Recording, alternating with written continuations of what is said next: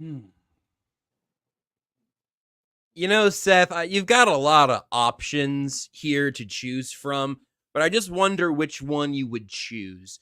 Charles Omenihu will never play football again. Travis Kelce doesn't love football anymore, or the San Francisco 49ers will beat the Kansas City Chiefs in regular season week 7, 2024 year of our Lord. If you could strike one of those from the record, not even to get into the whole troops scenario, which one would it be? I think, you know what? I just value my ball knowing too much. It's the idea that I doubted the Chiefs for even a second. And you know what? I meant every word of everything else. They really thought you wouldn't let me sit in that. You what, your balls? Thanks for listening to KC Sports Network, proudly presented by Emprise Bank. If you're thinking about starting a business or know someone who is, check out Emprise Bank's SBA loans. It's always good to know your options, and they can be your partner in possible. This has to be the most jarring experience for first-time listeners. I'm just we so don't excited. have those anymore. You've either been in the game for a long time or you are not hopping on this moving train. Welcome to Only Weird Games. The Chiefs are undefeated and therefore everything is fine, right? Awesome. How could anyone doubt a team that is top 10 in EPA per play on offense and defense? Obviously, no one has any concerns whatsoever. Why would you? Cornell Powell's back, and so is Chris Oladokun. At this point, it's like we're back into the finest dog days of training camp. And the Chiefs are not only the only undefeated team in the NFL, more importantly, not another crew in the AFC has fewer than 2 losses. But yes, the vibes are still up in the air. Joshua Brisco, Seth Keysor, and Nate Taylor with you here today to talk about the Chiefs' win over the Niners and everything else that comes with that. Nate, you know, you haven't said anything terribly heinous in the first 2.5 minutes of the show, so I think it's only fair you get to take a crack at how you're doing right now. How was your weekend? How you feeling? I'm doing okay. Ladies and gentlemen, I have woken up from a nap, mostly on time. So hallelujah. If you notice, the new thing about me, I did it, kids.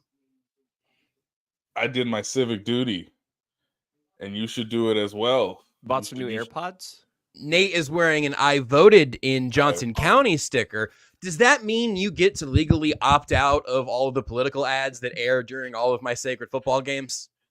And all the text messages, and all the mailers. This is an idea. Yeah. You could raise the voting levels to like 70, 75%.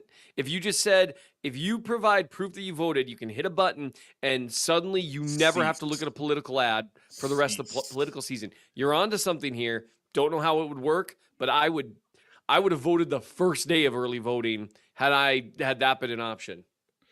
I think there's something here. Yeah, I think so too, because I'm still getting text messages about candidates in Missouri. I'm still getting text messages about things going on in Kansas. I haven't lived over there in years. Guys. It's because the system works, guys. It's very efficient. Yeah. Let me, the government employee, tell you. Yes. Works we also split up. We actually split up our topic list today by electoral votes. So if it seems kind of wonky, if it seems like Seth is gerrymandering his way into talking more about Xavier Worthy today, just know that's what happened. Yeah. So I did my civic duty. I feel very empowered. I feel very America, freedom. Do you? No one yelled at me, and no one tried to twist my arm, during the completely legal vetting process. So can I make one joke? As long as it doesn't get KCSN sued or me. Hold on. Actually, yeah, absolutely, Nate. Fire away. I as you live in Johnson County. One of the best things about America is the ability to have the right to vote if you register, if you know what you're doing, if you go to the correct polling location. Thanks, Kansas, for all your information as to where I should be voting, right? You sent it to me via email. You sent it to me via just regular old mail. I have number of days. I have 2 weeks in the lead up to this. The mothership, the New York Times, just sent me a news alert, which I read all of them, obviously. And fellas, did you know that in 2 weeks, between now and obviously the trade deadline, in 2 weeks, As November 5th is commonly known. Yeah, exactly, the trade deadline. Who can we replace for Joe Biden? And what picks will it take? This is the question. To get the country back going. Will there be unfounded allegations of tampering? Who's to say? Who's to say? Yeah. Is Jeremy Macklin involved? Or Emmanuel Sanders? So the New York Times has told me, with 2 weeks before the trade deadline, more than 17 million people have already casted their ballots. I'm one of those 17 million. So awesome. Congrats to us Americans for doing our duty early. God bless this lady. She came.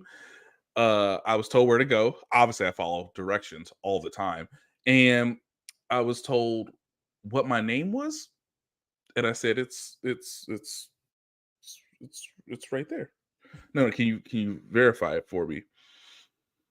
See, if I hand you the ID card, you know what it said. I know what it says, ma'am. Are you sure you won't? You start looking around like they got cameras, right? Like, okay, my name is Nathaniel Conrad Taylor, and she's like, and what's your address? And I said, ma'am, it's right. It's on the card I just handed you. That I made it home. I mean, that I got legally.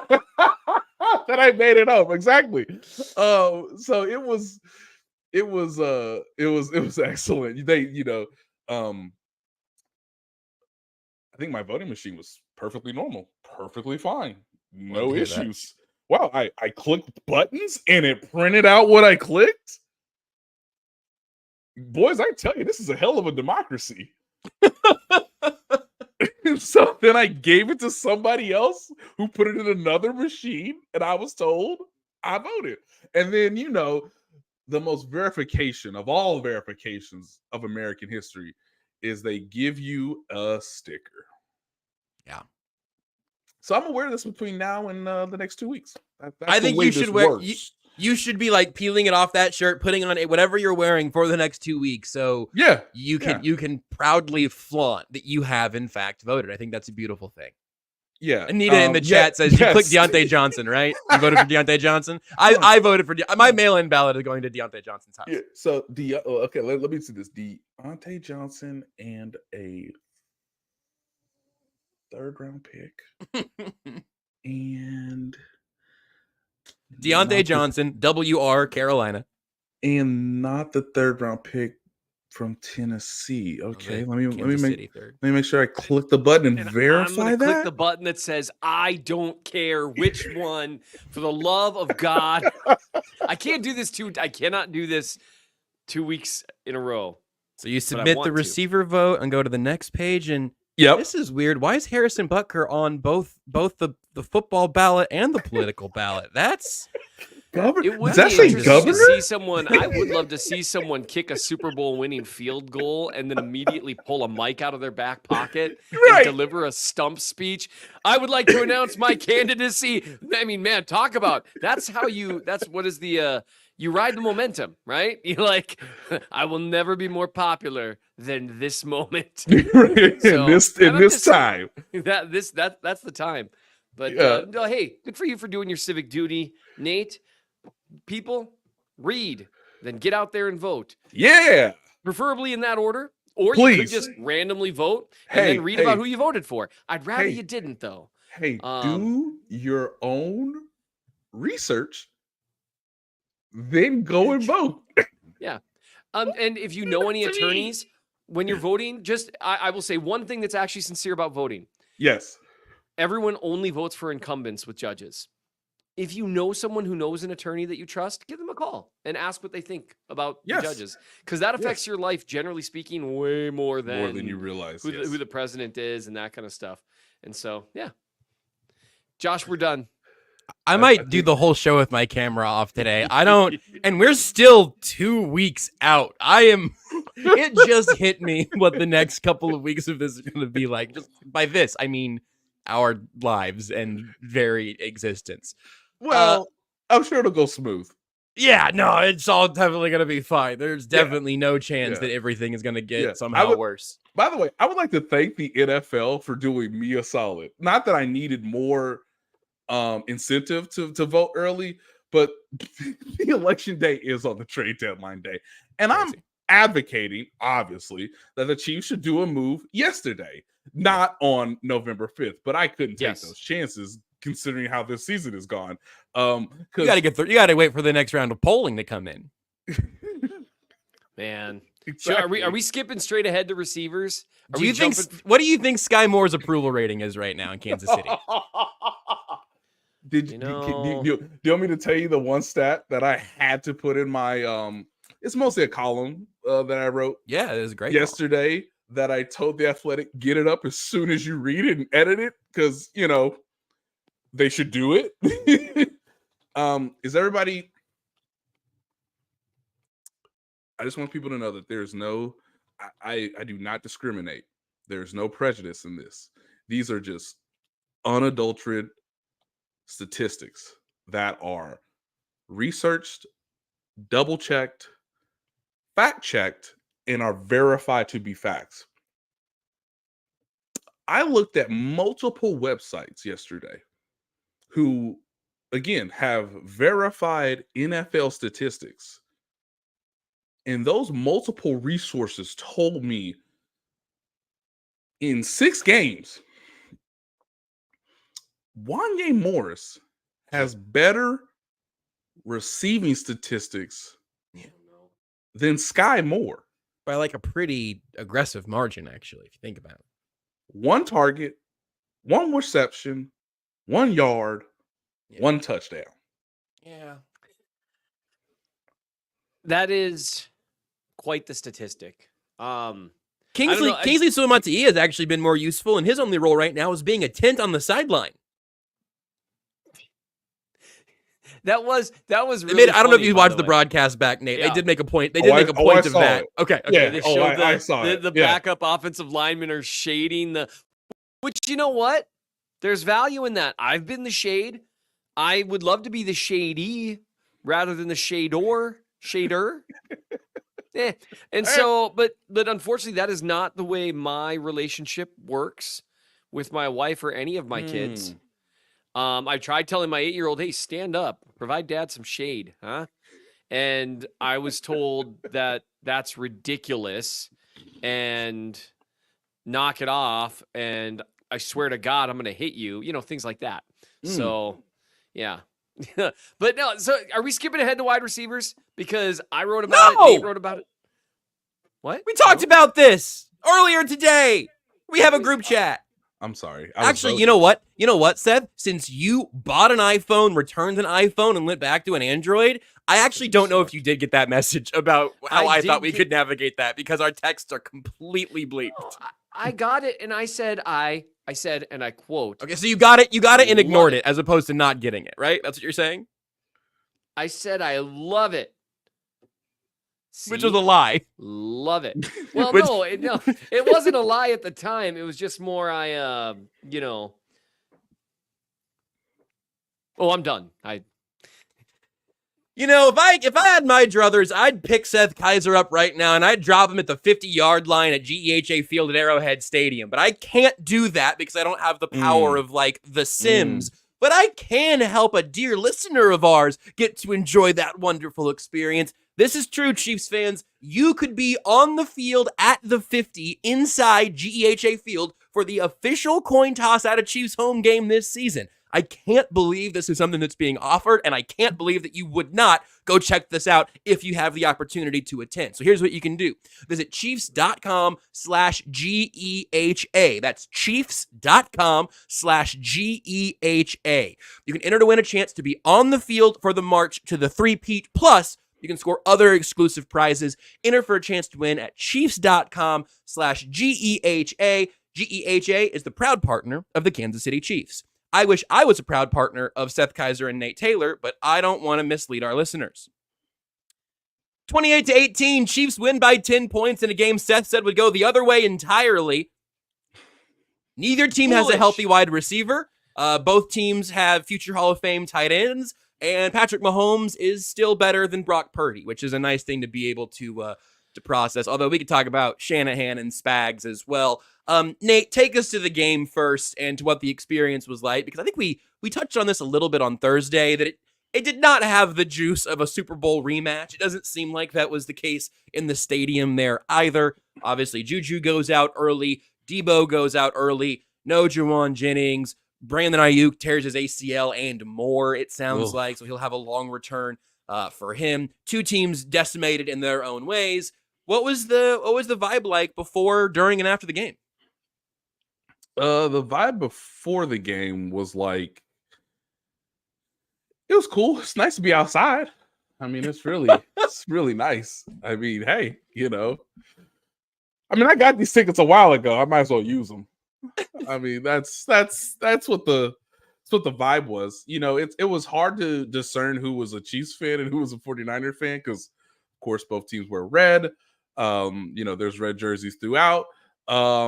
It was cool to see Richard Sherman, Jerry Rice. Where the hell is Joe Montana? That was me as an individual, as a child of the 90s. Where's Joe Montana? Was Jerry Rice like a top 8 wide receiver on both teams combined on Sunday? Hey, man. Who made the call first? I mean, it should have probably been the Niners, but it would have been yes. The opportunity. I mean, who's on the walkie-talkie? Like, how soon can we get Jerry Rice in the locker room? Measure this. How long do you need to stretch, Jerry? I understand it can be a little bit, but measure this man for a uniform pronto. So, I mean, it was fine. The game did not start off pretty well when you have a fake punt that goes nowhere, when you have a immediate interception after the fact, followed by an immediate third down sack that was not necessary. Immediately followed by, I guess it's 3-0. I mean, followed by injuries. So it really was a game of attrition, and of trying to figure out, like, okay, this is a game about, and I mean, there's some games sort of reveal themselves in your mind before kickoff ever starts, and then some games sort of evolve as the game moves forward. And so in the second quarter, Josh, it became pretty clear, okay, who can adjust in real time, who's going to coach their ass off today, and you're going to need a supporting cast that was not necessarily projected when the game started, but you need them to rise to the occasion. And kids, let me tell you something.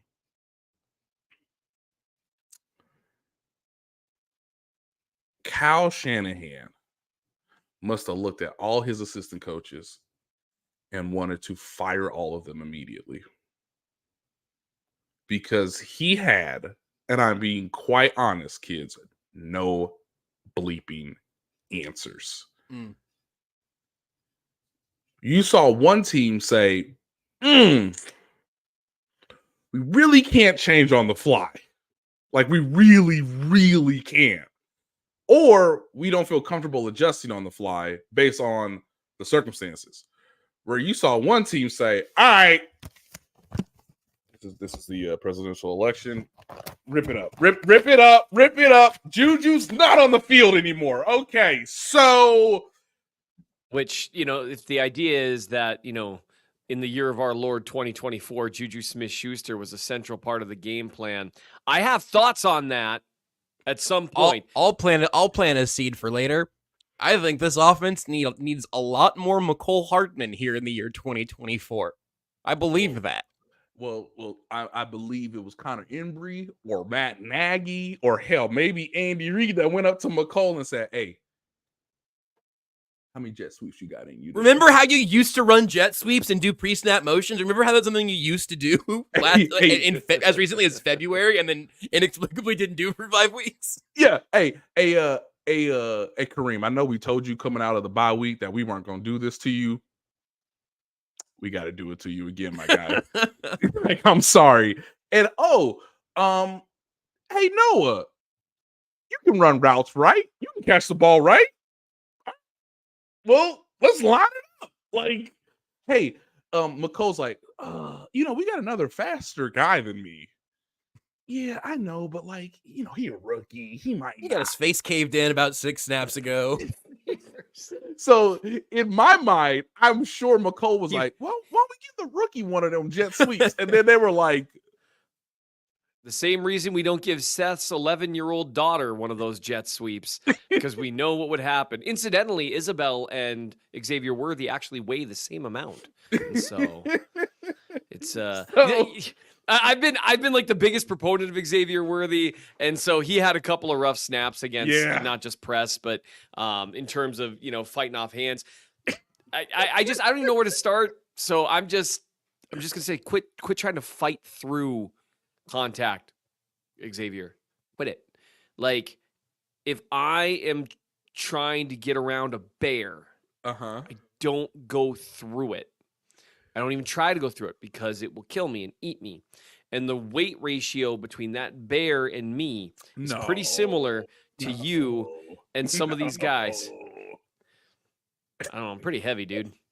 But I'm sorry, Nate. I interrupted. The Chiefs. They. Here's the funny thing. They played like a C+ game again and beat a playoff contender again. Now the Niners are decimated by injuries. I get all that, but their defense wasn't, and they still somehow, for as angsty as I was about the offense throughout the game, at the end of the game, I looked up. I was like, 28 points is not bad.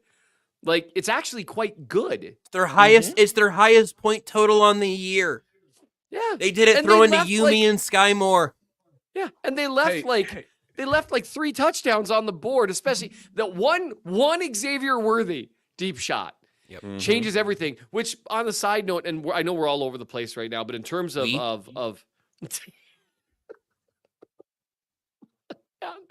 Can I be Kyle Shanahan for a second? Can I be No. Nate can't role play, and Seth can't be confused about where to go next when we have a rundown on the side of the screen. Hold on. They just throw the ball. Is that your address? Hold on. Nate, if that's your address, don't put it on the camera, ideally. Nate just held up an envelope. No, it's not. Okay, great. Is it my address? Don't put that up either. Hey, the ref's like, you don't even need to challenge that. But I'm Kyle Shanahan. I want to challenge something. we know he dropped it. We know. Yeah, he obviously dropped it. Calm down. It was interesting to see them kind of pivot on the fly. I would have liked to see them pivot, especially they go to more power run. The Chiefs have one of the most brutally efficient run games in the NFL. They leaned on it again. And it's hilarious because they get like no explosive plays in the run game. I was joking around with my family. I was actually at a birthday party, and we were watching the game, and I was joking around with family members that don't watch the Chiefs quite as much as I do. And I was like, here's the thing with the Chiefs. They have no explosive plays, but they have one of the most efficient run games in the league because they like never lose yardage, and they almost always gain at least 4 yards. It's like watching Jerome Bettis back in the day. That is never going. Although Bettis broke some, he did break some, but they leaned into it. I would have loved to see them lean into it more with some play action shot plays, because Mahomes overthrew him, but I mean, good God, was he open? Like, you see that guy that's able to get 5 yards of separation down the field. Maybe we should send him down the field more often. I don't know. That might make sense, but what do I know? The complexion of the entire game would have looked very, very different if Patrick Mahomes had put just another breath of air underneath that football, because a 71-yard touchdown to Xavier Worthy to make it 21-6, 10 seconds into the second half, the game would have been over. Instead, 2 plays later, he targets Worthy again, and I don't know if their feet clicked or if Worthy just lost his footing, but that ends up turning into a pick. I believe that is what's the term? It's not holding, but it is illegal contact. Is what happened. Interesting. It was definitely after 5 yards. Yeah, illegal contact happens at the top of the route, and then they're just like, but you haven't earned that call yet, rookie. Well, this is my point. This game's on Fox, right? National TV game of the week. We can look the other way. Yeah, they ain't got no receivers, right? All right. And the Chiefs managed to win this game despite the direct deposit not going through to the refs, which we should really look into.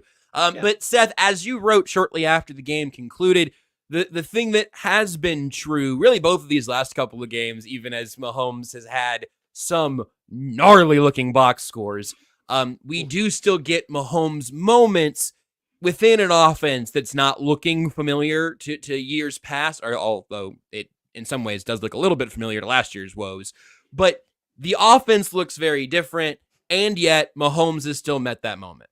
Absolutely. Thank you, Anita. As you were bringing it to me, Anita goes, Seth doesn't know ball anymore, though.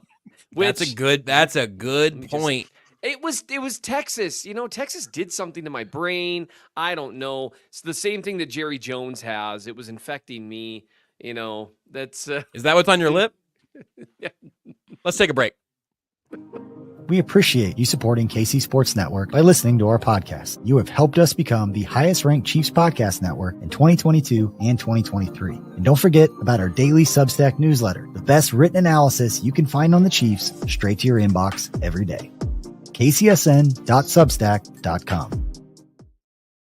I love a great deal as much as the next guy, but I'm not going to crawl through a bed of hot coals just to save a few bucks. It has to be easy. No hoops, no BS. So when Mint Mobile said it was easy to get wireless for $15 a month with the purchase of a 3-month plan, I called them on it. And turns out it really is that easy to get wireless for $15 a month. The longest part of the process was the time I spent on hold waiting to break up with my old provider. To get started, go to mintmobile.com/KCSNOWG. There you'll see that right now, all 3-month plans are only $15 a month, including the unlimited plan. To get this new customer offer and your new 3-month premium wireless plan for just $15 a month, go to mintmobile.com/KCSNOWG. That's mintmobile.com/KCSNOWG. Cut your wireless bill to $15 a month at mintmobile.com/KCSNOWG. $45 upfront payment required, equivalent to $15 a month. New customers on first 3-month plan only. Speed slower above 40 gigabytes on unlimited plan. Additional taxes, fees, and restrictions apply. See Mint Mobile for details. Patrick Mahomes is a killer even on his bad days. Seth, what did you mean by that? What I mean is that people seem to be forgetting what actual bad quarterback play looks like. Mahomes has not been particularly himself this year for big swaths of it. We've talked about it at length. And I mean, so like missing on the Worthy throw. Now, again, I would argue that it would matter less that you miss on that throw if you take more downfield shots. Because again, if you take 6 of those and only hit on 2 of them, those are game-flipping plays, especially when you're playing a power run thing. And that's actually, I always kind of, people that are like saying Andy Reid needs to do things differently. That's starting to annoy me. Your power running game is working. Lean more into under center, play action. It's what's working. Anyway, here's the thing with Mahomes. Terrible box score. Looked ugly a lot of the game. The offense as a whole looked pretty similar to what we've seen this year. Actually, I pointed out during the game, it looked a little worse, honestly. They weren't moving the ball as well as they have been this year. It just looked ugly. But here's the thing. All that said, Mahomes had some inaccurate throws. Like, the one to Kelsey was incomplete down the right side. He had to put more air under it. And Brady, he actually did a pretty decent job, I thought, with color commentary. He pointed out, like, that ball's got to come out sooner. And that hesitation, that's just that he's not trusting himself. But he still, on a bad day, made 4 plays in particular. He made more than this, but he made 4 plays in absolutely crucial moments that most guys can't make, and even the great ones might make one or two in a game. And I mean, whether you want to talk about the ridiculous scramble that was so good that it had the NFL world in shambles on Monday, Tuesday. I did not have guy cuts inside from the sideline should be illegal on my bingo card this week. The stupidest conversation I've ever heard in my life has been the whole like, well, he's taking advantage of the defender slowing down. Like, that's not even what happened on the play. He's getting, for one thing, everyone's ignoring the fact that he shakes loose Fred Warner. Fred Warner, who must be so sick of Patrick Mahomes. He must be so sick of him by now because he juked him in open space in the Super Bowl too. Shakes loose from Fred Warner, gets to the sideline, and then you got one guy, number 90, a defensive tackle who's closing, who starts to loaf because he sees another guy has the angle. But Kareem Hunt makes an unbelievable hustle play and lays a block into the defender, sending his momentum to the sidelines. Mahomes sees this and cuts back inside. And morons who, I don't know if it's because they didn't see the Madden cam view, they're just looking at the broadcast view. They didn't even acknowledge the fact that the guy got blocked into the sideline. They acted like, well, he's hesitating because of no, he got blocked. His momentum's taking him too far, and Mahomes sees that and makes a great cut. It's an unbelievable play. That's why Tom Brady cackled on air when he did it. He went, oh.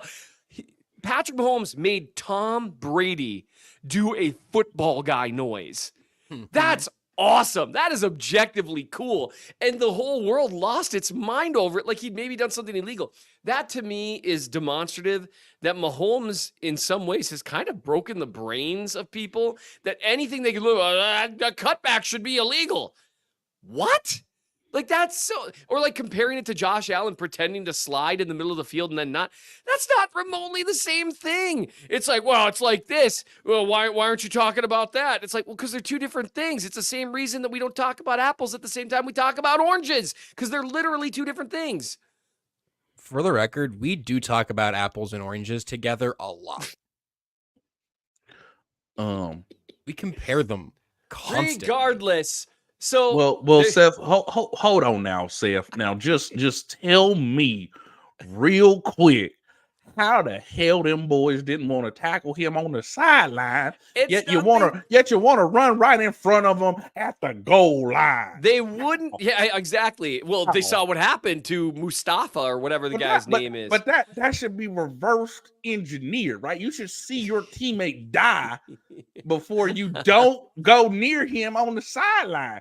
And that's sorry, well, but it's so ridiculous. You just can't let Patrick Mahomes shake free. This idea that people are psychoanalyzing players who just get beat, and that's well, they clearly were thinking this. What are you talking about?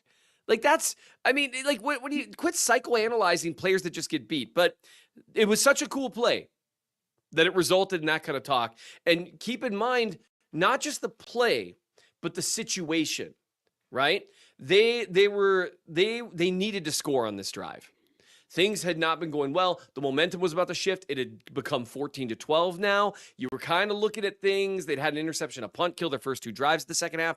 Things were looking whatever, and he just had to make something happen, so he did. And then a few plays later, he just truck sticked the safety in a way that I didn't really know he had in him. And we've said this for a while, right? That like people who have not been maybe to training camp, you can get a better look at Mahomes or be a little closer to him, or someone who's, stood next to him in a media room or the locker room or wherever.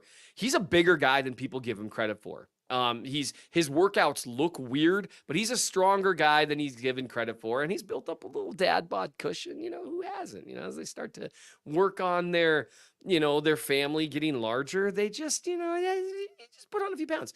So he's a little heavier than Mufasa. And so I actually don't know the guys. It's Mustafa, right? Sure. I hope so. So yeah, here's the other thing that I would note though. That's not the only time in the game that he made a nobody else plays like this. They're looking at a 7-3 lead midway through the second quarter. It's 3rd and 5. The Niners look like they're going to maybe be able to force a field goal, keep it a 1-score game, which a 1-score game versus a 2-score game changes a lot of things about the play sheet, about the way your pass rushers can rush, a whole bunch of things. And Mahomes, the Niners do everything perfect. This is the shovel pass to Xavier Worthy. The Niners do everything right.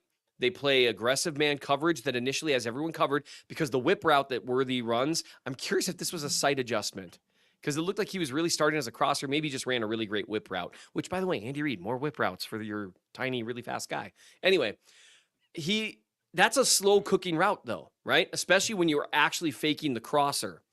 And so he needs time. There's some pressure. Trey Smith gives up a little bit of pressure. The integrity of the pocket's broken. And so he starts to scramble. But the Niners did the smart thing. They looped a defensive tackle around. They did everything right. Absolutely everything correct. Because now there's a guy in the throwing lane, a blocker and a defender in the throwing lane. What's he going to do? He sidesteps it and flips the ball to Worthy, which it's a shame he wasn't able to lead him a little more because that might have been 6. And they convert and they score a few plays later. Those are the types of things that even on his worst day or a bad day or the third down conversion near the end of the game to Noah Gray. Again, they did everything right initially. They had things covered up initially, and it just didn't matter. And that's why even when the Chiefs struggle on offense, and they have, that's what makes Mahomes different, is that his bad still contains enough good that it's not bad by a normal standard. It's bad by his standard because what has set him apart from other great QBs in the league and playmakers in the league previously was his consistency. He was both. He was incredibly consistent, incredible at game management, and incredible at creating plays. He's still incredible at creating plays. He's just struggled a little bit compared to what we're used to in consistency. That has to be infuriating when you do everything right because he can still buy you 4 or 5 of those per game. And I thought it was time to write about that because the way I'm hearing people talk about Mahomes is kind of like, oh, he's been really bad this year. No, he hasn't. He's been quite good by a normal standard. He just hasn't been himself. Other thing I would note, someone mentioned this to me in my on my Twitter feed, and I wasn't sure if it was true, so I checked it out. QBR, ESPN stat that, all quarterback stats are kind of team stats, but QBR tries to factor in scrambles and every other stat you can have in there. They try. It's like a version of EPA per play that factors in scrambles. Patrick Mahomes, his QBR is like 9th in the league. It's like 9th in the league at like 77, 78, so it's still quite good. In the fourth quarter, it's like 91. He's just unbelievable when it really, really, really, really, really, really, really counts. We're just not seeing as much consistency. And I thought it was time to write about that because I think people have lost that a little bit. So just to add to that point really quick, Mike Jones, who's one of our national writers at The Athletic, was covering the game alongside me, along with Mike Silver and Marcus Thompson and obviously Matt Burrows. While Tom Brady's cackling, Mike Jones gets up from his seat in the press box and directly comes to me and says, "What the hell is wrong with people? Look at that." That is, and again, Mike goes to a variety of games throughout the course of the season, right? So he sees the good and the bad teams, obviously. Like he's in the East Coast, so he's seen Daniel Jones, he's seen Jalen Hurts this season, he's also seen Jaden Daniels. Yeah. Mike came up to me and said, "What the hell is wrong with people? Bleep the stats. Look at that." And again, by the way, I love everybody in the comments. The sheer volume of who? That was yeah. Mike Jones basically sprinted to me in the press box and had to tell me, "Dog, what is that?" And then of course, I sort of reciprocated it after the fact when how can I best describe this? I don't know which one I prefer more because I think people forget, and I even told Mike this, I think people forget what happened December of 2022 in Cincinnati when he dunked, literally dunked on a yeah. man, literally dunked on a guy.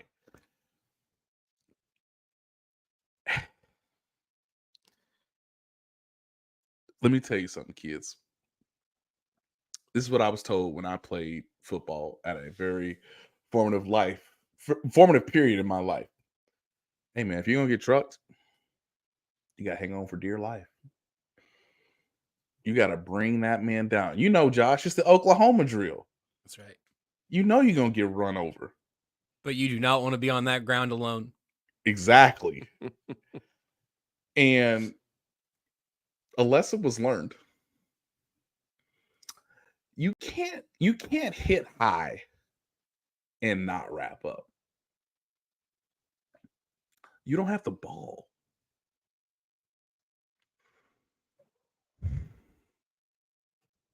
Yeah. So, kids, the team needs to help him so much.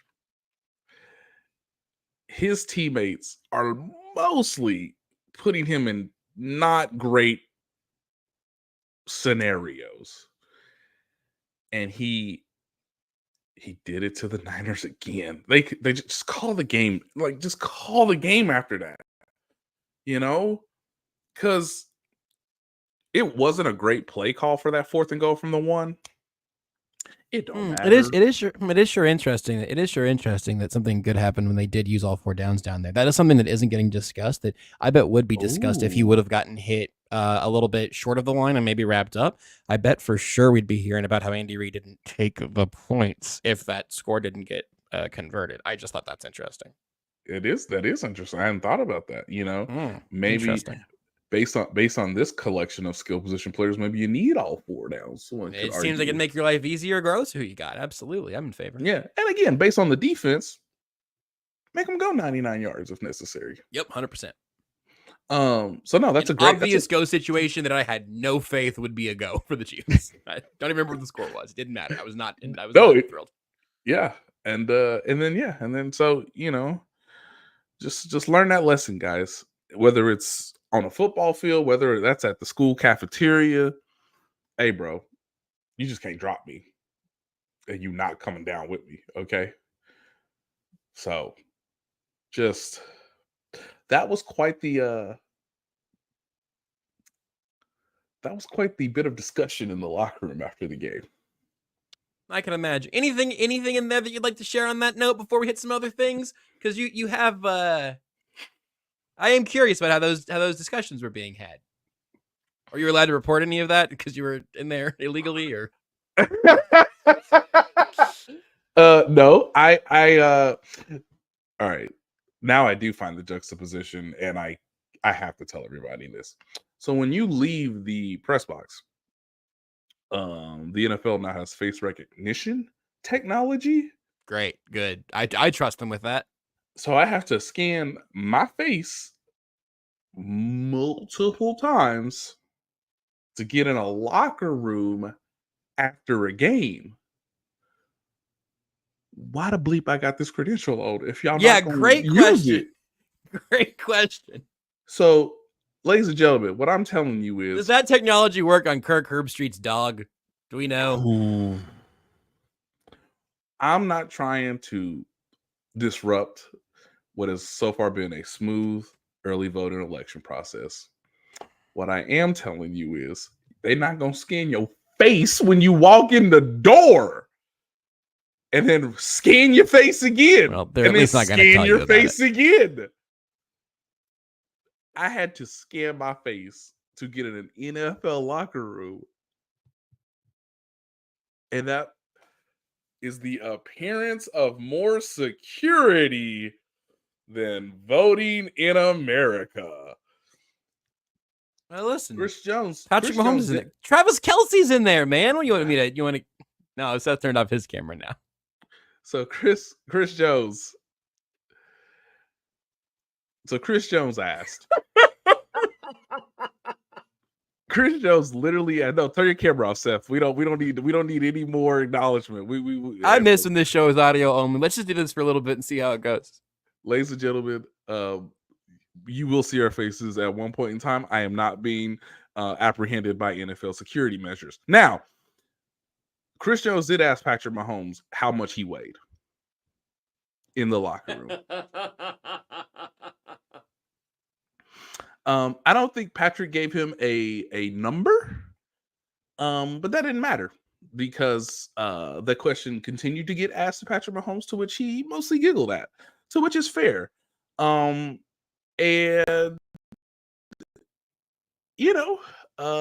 did someone say dad bod? Did someone mention grown man strength? Did someone mention a father? That could be here nor there. You get a lot stronger carrying in those groceries. The more groceries you got to carry in. My sons and I have Which Patrick Mahomes definitely carries in his own definitely groceries. goes grocery shopping and then brings them in. My sons and I have an arrangement. The day that I can't bring it all in one trip, they're the man of the house now. That's the rule. I thought you were gonna say they needed to like pull the plug. I was like, man, that seems Costco doesn't count, by the way, because it's impossible to do that. Impossible. Like that's not that. Let's not be. You must have forgotten all those old commercials. Mahomes just throws his groceries home. Remember? Yeah, that is a. It was maybe local ads. Seth may not have actually seen. Yeah, I don't think you've seen that. That's a very memorable ad from. Is that Hy-Vee? Hy-Vee out there? I was gonna say Price Chopper. It might have been Hy-Vee. I'll tell you what. Chopper. As far as I know, neither one of them are paying us. So maybe it was Walmart, Target, Sprouts. I don't know. Maybe it was Publix, which would be weird in Kansas City. There's nothing more 90s, and you can still probably find this ad during the NFL broadcast of the 1990s of Chiefs and Chopper, Chiefs and Chopper, Chiefs and Chopper. Is it January? Don't click on that button. At one point in time, a couple weeks ago, Holly asked, "What was the worst loss of your childhood?" And I said, "We don't need to go there. Can I just show Hayden some clips of Jamal Charles in his prime?" When where I would pause the YouTube clip and say, "Where's the ball going?" Because it's not Steve Preston. No, it's not. None of the killer bees are getting in here, son. It's not Donnie Avery, I'll tell you that. Where's the ball going, son? He says, "Is it going to 25? Let's press play." Look at that! Wow. Was he our best player? By a mile, son. By a mountain. Honestly, probably genuinely hard to put that in context for a kid who's grown up watching Patrick Mahomes. It's nearly impossible. Yes. We have at least loosely acknowledged Juju Smith-Schuster not finishing this game. We'll get to the entire receiver conversation here in a minute. But we need to mention that as far as we can tell right now from the reports already to injured reserve, that Jalen Watson's season is most likely over. Maybe a little bit of a postseason optimism. We'll see all of these super long-term injuries that aren't quite 10, 12-month recoveries supposedly leave a little bit of room. And Watson, I don't believe from the reports we had earlier today, has actually had the surgery yet. So maybe they'll discover something else when they get in there. But it's essentially a broken ankle that is expected to end his season. We have given a lot of credit to the Chiefs defense, and I wanted to, maybe we'll spend more time on it on Thursday. For the 100th consecutive episode of this show, we're not going to talk about the defense as much as we should. But Jalen Watson has been maybe the most underrated storyline, maybe on the entire team. Because everything else has gotten the oxygen that it demands, and Jalen Watson, by being merely a really good number 2 corner, a guy who cannot get picked on from teams just trying to avoid Trent McDuffie, he has been so effective and so efficient that it's been easy to ignore him. And now that he's gone, I'm very worried about that. Seth, what do you think about the year that Jalen Watson was putting together and where this leaves them now? I'll also mention Najee Johnson was cornerback 3 again since like week 2 whenever Joshua Williams fell off the face of the defensive snap count. I don't believe he recorded a snap week 3, 4, or 5 on defense. But Williams gets back out there. Chris Roland Wallace is out there for a few snaps. He got his first defensive snap against the Saints, but he gets a pick in his second, really his first real taste of defensive NFL action. Yes. But none of those guys were winning the job in the preseason and training camp. Jalen Watson came back, knocked off the rust, and took that job with authority Yep. Now he's probably lost for the season. So, Seth, where does that leave the non-McDuffie members of the cornerback room for you, and how does it affect the defense? Right. We've seen, they play plenty of 3-corner looks. And so we've seen plenty of Johnson, and we've seen a little more of Roland Wallace, who intrigues me, by the way. He looks sticky. I know people are saying that he's strictly a slot corner. I'm not sure that's true, I don't think because it's true. I don't think I it's true honestly at all. think people just say that about any corner that's listed at like 5'10", 5'11". If you can stay in someone's hip pocket, you can play the boundary. You got to have enough deep speed. That can be problematic, but you can scheme around that. Anyway, I'm intrigued by him. The thing with Johnson and Williams, they are both built to do, ideally, what Spags likes them to do, especially Williams, be really physical at the line of scrimmage, and really disrupt the route, disrupt the timing. Here's where both Johnson and Williams, especially Williams, have struggled this year at times, is also get to the right spot. Pretty much every big play we've seen this year, and we have not seen many because the defense has been terrific. I don't want to say every one of them, but there's been multiple ones with Johnson or Williams where they were clearly out of position. Not really beaten, but out of position. And the same thing happened to Johnson later on in the game. I think the one moment that kept things halfway interesting is he, at least the way he played it, he seemed like he was expecting help deep, help that wasn't there. And Brady talked about that on the broadcast. And so I think that's the bigger issue there. And that's one reason why Watson won the job so easily, I think, coming back, is even from the time he was a rookie, he's always been in the right place. This year, he was a little stickier in coverage. He was really just having a genuinely good year. Not just like even just good for a second corner. Like, he was playing really well. Here's the thing, though. Johnson and Williams and Roland Wallace, they all look like they've got some talent, and it's hard to not trust the system at this point, knowing that McDuffie's still going to be elite. What maybe you'll see more of would be Seth? Who is the system? I don't know. Spags? Merritt? Merritt. There it is. Merritt. And Dave Merritt isn't hurt, fortunately. And so I think it could be problematic because, like you said, Josh, you got someone who wasn't getting picked on. Teams don't want to throw at McDuffie. Good Lord, McDuffie's awesome at everything. He's so good. I might write about him this week just for fun. But yeah, he's so good. You still have him. You just need the other guys to not stink. The problem is Watson was doing significantly more than that. And that's a bit of a bummer. And so that really, it's going to be tough to replace. But if you can replace 90%, you can still have a very good defense. Jalen Watson was one of the best tacklers on the team too. Yeah, it's a huge deal. So And that Williams may be where gives the them issue that. comes up quite a bit. Yeah. Williams gives them that. We haven't seen a ton of that from Johnson one way or another to know. But one thing, Watson and Williams as well, and so Williams can help with that, but he's had more blown coverages than Johnson. I think he's got so much talent, but he just hasn't seemed to get some of that stuff correct. One of the things the corners do so well that allows them to be so good against the run is McDuffie and last year Snead, and then this year Watson and Williams. They're very physical. They tackle really well. If they're one-on-one in space against a runner, they almost always bring them down or slow them down enough that the defense catches up. Most teams don't have that. So, I agree with Nate. That could be an issue. It's just the defense as a whole has been so strong. I think maybe the move is you keep McDuffie on the perimeter even a little more, let Roland Wallace be in the slot a little more, and I think you're going to overall be okay.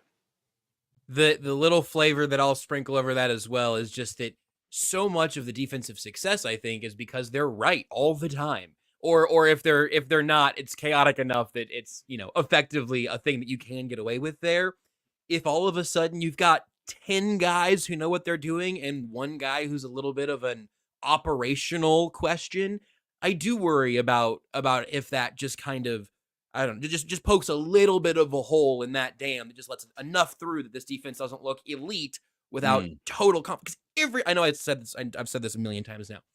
Everybody on this defense has been here for at least a year of Spags. We're literally talking about Jaden Hicks and Chris Rowland Wallace as the newcomers, and that you've not seen and heard a whole lot of them until Sunday. So that gives me some pause. Not as much pause as the Chiefs wide receiver group, though. Juju Smith-Schuster already ruled out for Week 8 against the Raiders. The air quotes massive but not sarcastic good news is that Juju didn't follow Jalen Watson straight to IR today, because the Chiefs made a whole bunch of moves. They bring back Cornell Powell to the practice squad. You lose Bailey Zappi to the Browns active roster, and Chris Oladokun is back. They get one cornerback elevation in the mix as well, so we'll see if that ends up being depth, special teams in the actual mix, whatever. But the wide receivers are thin and getting thinner. Nate, you broke out the column writing keyboard over on The Athletic. You mentioned it earlier, but let's go ahead and take our last few minutes here to dissect. None of us are going to disagree with each other on this one. It's time for a sense of urgency at wide receiver, right? Yes. So my understanding is, and I've told you guys this before, this is, before Sunday's game, before, unfortunately Juju Smith-Schuster aggravated his hamstring, that the Chiefs were probably going to make a trade for a wide receiver. Now they need to make a trade for a receiver sooner rather than later, even if that player doesn't play necessarily against the Raiders on Sunday. Because it's Tuesday night, guys. Sky Moore's wide receiver 3, and I'm not joking. As we stand right now, based on snaps and what we saw from the adjustment against the 49ers, at least. So doesn't matter what it takes. Get it done. Sky Moore's wide receiver 3 and Justin Watson's wide receiver 1, by the way. Yep. And it's basically, well, I would say Xavier Worthy's one based on all the things. Oh, that's nice. Why do you think that? He did. It's not by snap count, right? Hey, Josh, he got targeted more. He did. It didn't go so well, but he got targeted more. So Justin Watson has 239 offensive snaps this year. He's been targeted 9 times. It's a lot of running. This is one of the things when I wrote I think anytime the title of your article starts with seriously though, I wrote seriously though, the Chiefs should trade for a wide receiver. One of the things I wrote about was that they were one injury away. And I wrote, they are a Juju can't go, or Juju is playing a 50% day away from having a wide receiver group that consists of Worthy and a bunch of guys that shouldn't be on a field for more than a fraction of the snaps and absolutely cannot separate on their own. And Worthy, we saw some of the limitations he's still fighting through as a rookie and is going to. Can he separate deep? Absolutely. We talked about that. Can he separate elsewhere? That remains to be seen. And he does have more snaps on the year than Justin Watson still, by the way. So I'll give Nate the credit there on the counting. And so I just seeing the offense struggle so much. You can't rely on Juju Smith-Schuster to stay healthy. That's not meant to be a knock. I feel for the guy. He plays hurt. He's clearly tough. He's a great fit in Kansas City. But you knew this would happen. This has happened every year of his career for the last 5 years. Which was fine when they signed him to be wide receiver 5. Yes. For all of the times that we have rightfully, including last year, given Brett Veach crap for what the state of the wide receiver room, last year it was like, no, Kadarius Toney and Sky Moore can be wide receiver 1 and 2 when you have Travis Kelce in the mix. That's as Rashee Rice would, obviously end up taking over that role. The plan this year was really good. We all really liked the plan. It was year 2 of Rashee Rice becoming the focal point of the offense, a great complimentary number 2 in Hollywood Brown. Alongside him there, you still have Travis Kelce. You add speed for the short term and the long term and Worthy. You get Juju as wide receiver 5 and Justin Watson's running his fractional. Man, the plan was good. It was a good plan. Bad now luck. That's over. And you can't be slow. You can't be slow to adjust. Sometimes your luck sucks and you have to do something about it. And you have to adjust your idea of what wins and what loses a trade. You've got to say to yourself, and that's where this idea of, well, which third rounder, the Chiefs or the Titans? Look, do you want a three-peat or not? Because that's the question. That's really the What really matters here is the question Seth asked. You are 6-0. You have, as of now, control over the standings in the So conference, much control. and you've been Does pushing the chips in already. Does Andy Reid think that Deontay Johnson would add more to the 2024 Kansas City Chiefs than DeMarcus Robinson? You Straight up think. in a vacuum. That's the question I would really love to know. We hear a lot about familiar with the offense and all of that. If Andy Yes. Reid, price notwithstanding, 2025 notwithstanding, who would Andy Reid rather have? I don't think this is going to come down to which third round pick is it. I think it's going to come down to a third rounder for Johnson or a 6th, 7th swap for DeMarcus Robinson. And I'm not sure Andy won't just say, yeah, give me the guy who I can plug in and have do a couple of things here. Now, Or Cooper Kupp. I mean, Now, it's funny you mentioned Cooper Kupp because obviously Diana reported today that the Rams, the Rams are starting to get comfortable with the idea of eating some of the money because Cooper Kupp's contract doesn't look so great given his own injury history. which is The give part of and the take. problem there, Relevant, which is Yeah. relevant. Yeah, give and take. Now, one buddy that I don't reference here a ton, but obviously love his work, Charles Goldman, makes a very fascinating point. His thought is, and I'm basically quoting him from Twitter, quote, I'd bet the Chiefs don't add a receiver this week or next week outside of practice squad elevations, which they have not done yet. Trading for a player now will only cost more salary because of the obviously the way your money is divided up over the 18 weeks, right? The Chiefs are short on cap space, fair, accurate. Quote, if a trade happens, it will probably be after week 9 ahead of the November 5th deadline. Everything Charles Goldman just said is reasonable, makes sense, and in a vacuum, that's what most teams do. Yeah, I get it. I really Bleep do. all of that. Bleep all of that. You want to know why? Because your quarterback had to go to he had to go into MacGyver mode in week 6 or game And 6. You have And that's to not think sustainable, Seth. and it has a long-term impact. Patrick Mahomes we're seeing right now plays quarterback worse than Patrick Mahomes we saw in 2022. And I don't believe for a moment that he's a person. You are going to get affected by not trusting what you see. We saw it somewhat last year. We've seen it somewhat this year. And is all that, is that there going to be ebbs and flows of that? Of course.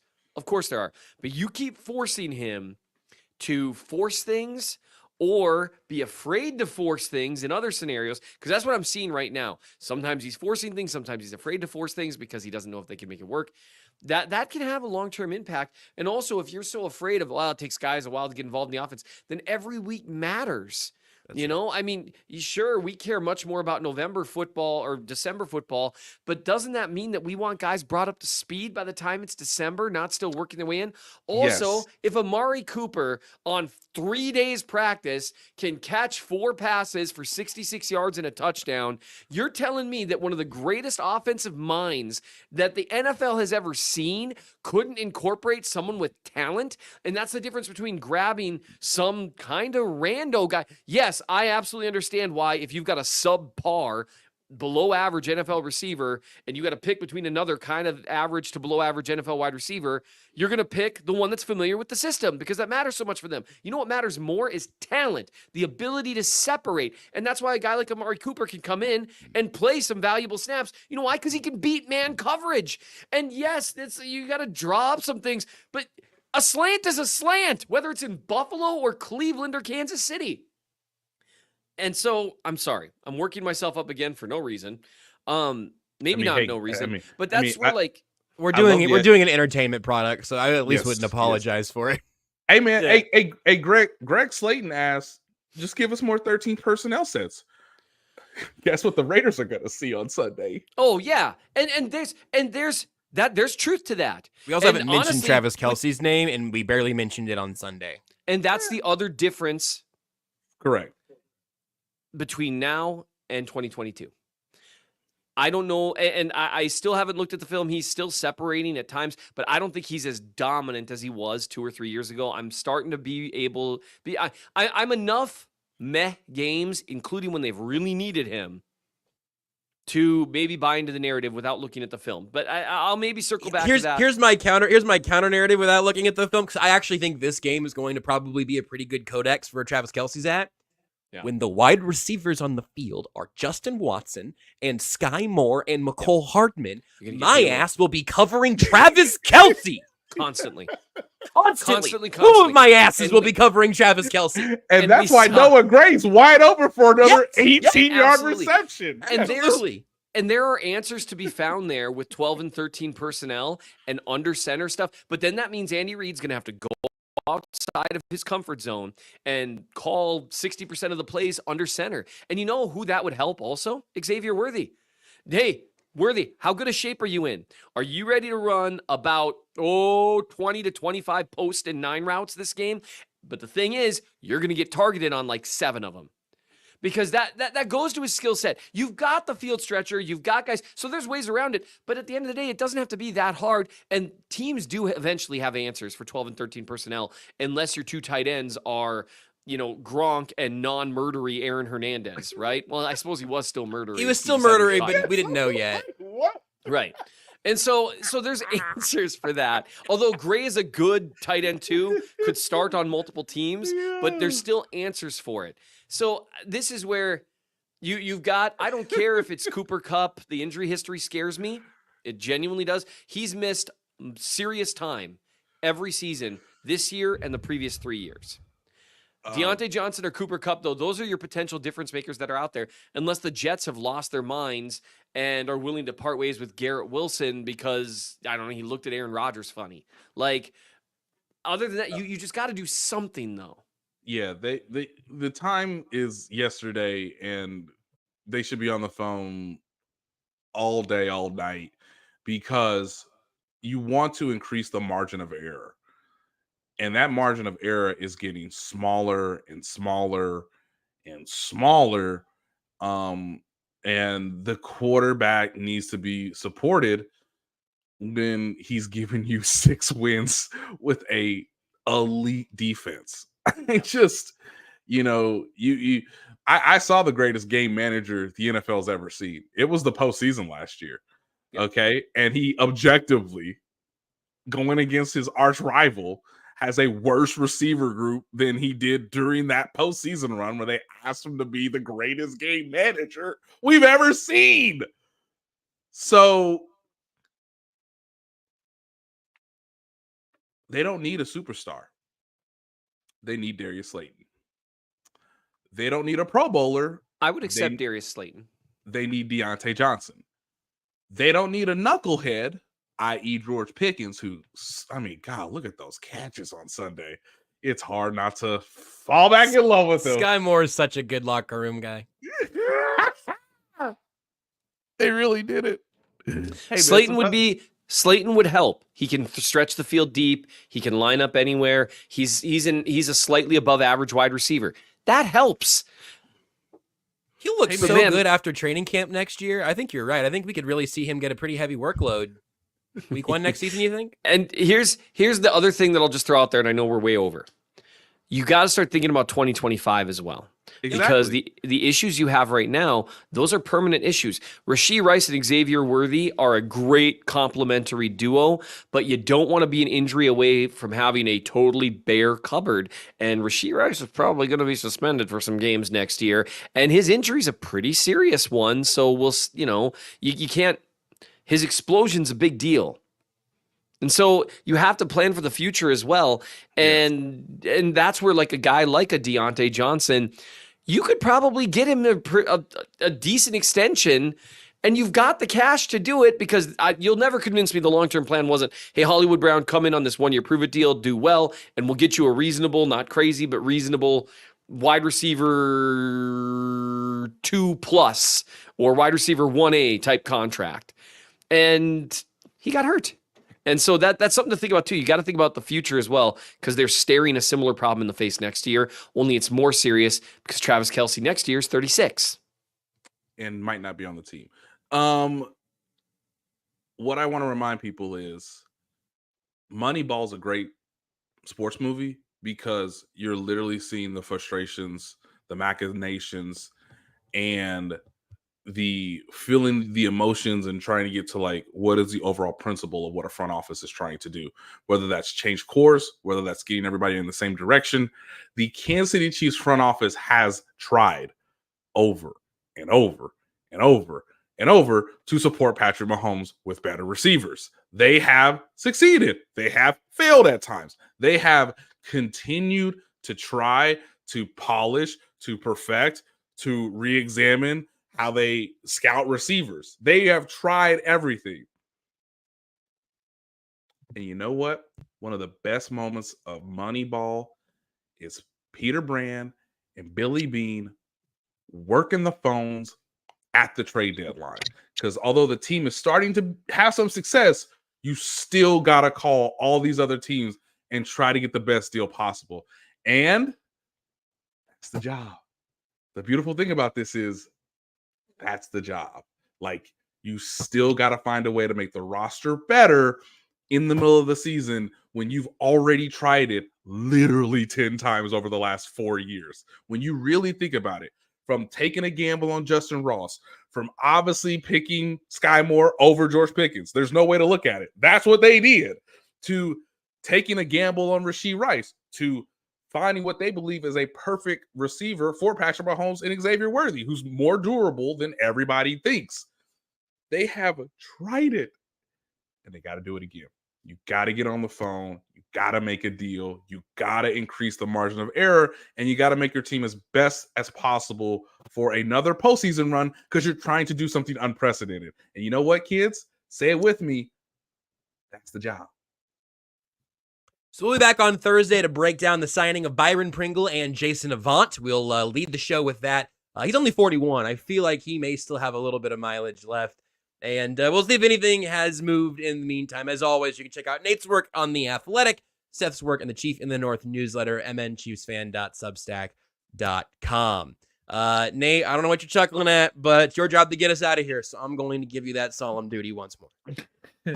So I told you fellas, there's a lovely picture of Saturday night in Palo Alto with Clint and the crew, Clint and the homies. We had a nice dinner at a Greek Mediterranean restaurant. Why are you rubbing this in again? You've already rubbed my face in this once with that picture. It was and fabulous. The food. Yeah, that's great. Can I go order a gyro? Okay, so I'm gonna make a promise right now. They say, hey man, you should come by. We're gonna be in section 220, whatever. Come on by. Like, hey, like, come watch the first quarter with us. To which I did. Fake field goal or fake punt that goes horribly wrong. And at the third down sack, and given my track record with my wife and child, I stood up, shook their hands, and said, "I gotta go, boys. I gotta go. I cannot watch another snap of this team from the stands. Gotta go." If you heard that sound, by the way, that was Nate knocking off his own glasses from gesticulating too hard. Perfect.